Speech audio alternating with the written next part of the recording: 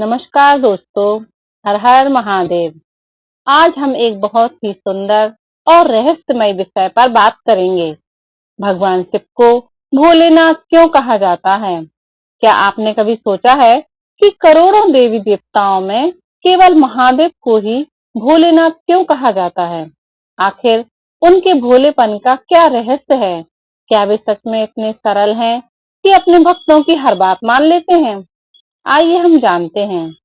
महादेव का अर्थ है देवों के भी देव।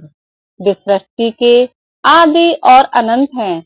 उन्हें न धन का मोह है, न वैभव का आकर्षण। वे कैलाश पर्वत पर साधारण जीवन जीते हैं। उनके शरीर पर भस्म, गले में सर्प, सिर पर चंद्रमा और जटाओं में गंगा विराजमान है। यह रूप हमें सादगी और वैराग्य का संदेश देता है। दोस्तों, भोलेनाथ दो शब्दों से मिलकर बना है। भोले अर्थात सरल, निष्कपट और दयालु। नाथ अर्थात स्वामी। महादेव अपने भक्त की भक्ति देखते हैं। उनका धन, पद या प्रतिष्ठा नहीं। जो भी सच्चे मन से उन्हें पुकारता है, वे उसकी पुकार सुन लेते हैं। दोस्तों, इसी कारण उन्हें भोलेनाथ कहा जाता है। भोलेनाथ से संबंधित एक भस्मासुर की कथा जुड़ी हुई है। महादेव के भोलेपन की सबसे प्रसिद्ध कथा भस्मासुर की है। भस्मासुर ने कठोर तपस्या करके भगवान शिव को प्रसन्न किया। जब महादेव उनके सामने प्रकट हुए तो उन्होंने वरदान मांगने को कहा। भस्मासुर ने ऐसा वरदान मांगा कि जिनके सिर पर वह हाथ रखे वह भस्म हो जाए।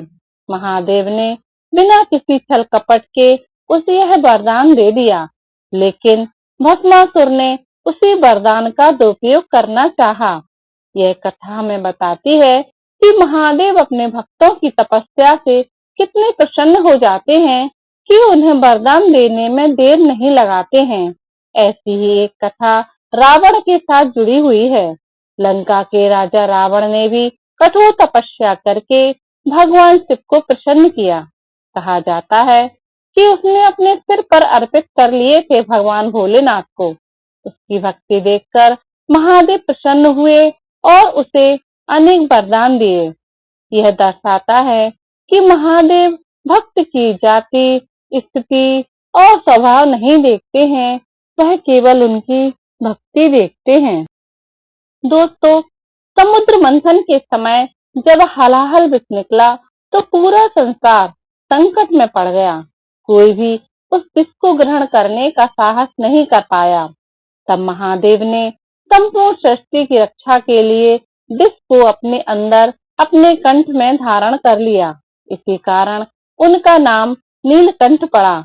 यह घटना बताती है कि महादेव केवल भोले ही नहीं, बल्कि अत्यंत दयालु और त्यागी भी हैं।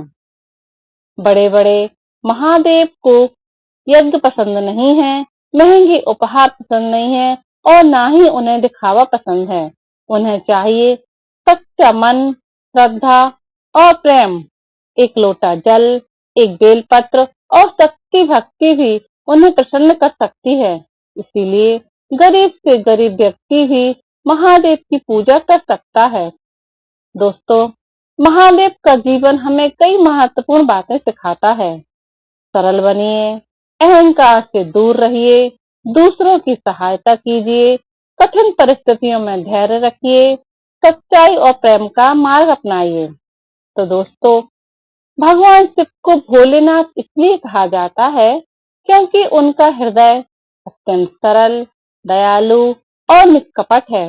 वे अपने भक्तों की छोटी से छोटी भक्ति से भी प्रसन्न हो जाते हैं और उन पर कृपा बरसाते हैं। जब भी जीवन में कठिन समय आए, सच्चे मन से महादेव का स्मरण करें, क्योंकि भोलेनाथ अपने भक्तों का साथ कभी नहीं छोड़ते हैं। दोस्तों, अगर आपको यह वीडियो पसंद आया हो तो लाइक कीजिए, शेयर कीजिए और चैनल को सब्सक्राइब करना ना भूलिए और कमेंट में अवश्य लिखिए हर हर महादेव।